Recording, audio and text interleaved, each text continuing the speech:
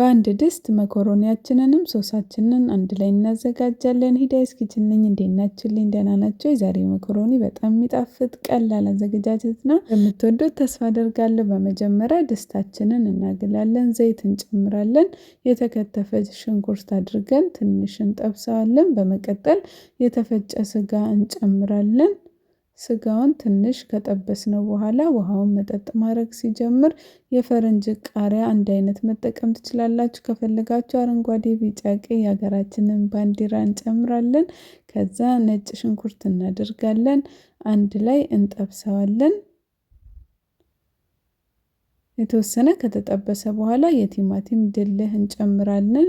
ለከለሩ ቆንጆ እንዲያደርግልን ነው። ከሌላችሁ ትንሽ በርበሬ መጠቀም ትችላላችሁ። ቲማቲም ድልሃችንን ከጨመርን በኋላ ትንሽ ደቂቃ እንዲጠበስ እናደርጋለን። ቲማቲም ድልሁን ከጠበስነው በኋላ በመቀጠል ቲማቲም ሳልሳ እንጨምራለን።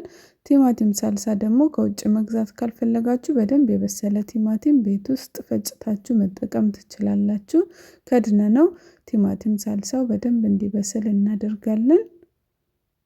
ቲማቲም ሳልሳ ከሆነ ቤት ቲማቲም ከሆነ ብዙ ሰዓት አይፈጅም እስኪበስል። ከዛ መኮሮኒ እንጨምራለን። መኮሮኒያችንን ካደረግን በኋላ ጥሬ መኮሮኒ ነው ያደረኩት። እንዳልኳችሁ በአንድ ድስት ነው የምናዘጋጀው።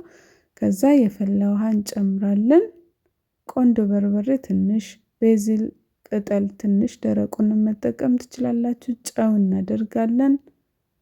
ከዛ ከድነነው አነስተኛ ሙቀት ላይ እናደርጋለን። ውሃ ካነሰ የፈላ እንጨምራለን። ያው በመጨረሻ እንደዚህ ውሃውን ጭርስ ሲያደርግ እናወጣዋለን። በትኩሱ ወደ ሳህናችን እናቀርባለን። ያው በመጨረሻ መኮሮኒያችን እንደዚህ ቆንጆ ሆኖ ደርሶልናል።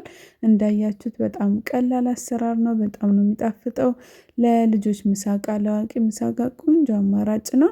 እንደወደዳችሁት ተስፋ አደርጋለሁ። እናንተም ቤታችሁ ሰርታችሁ ሞክሩት። የምሰራቸው አዳዲስ ቪዲዮዎች እንዲደርሳችሁ ሂዳይስ ኪችንን ፎሎ ማድረግ አትርሱ።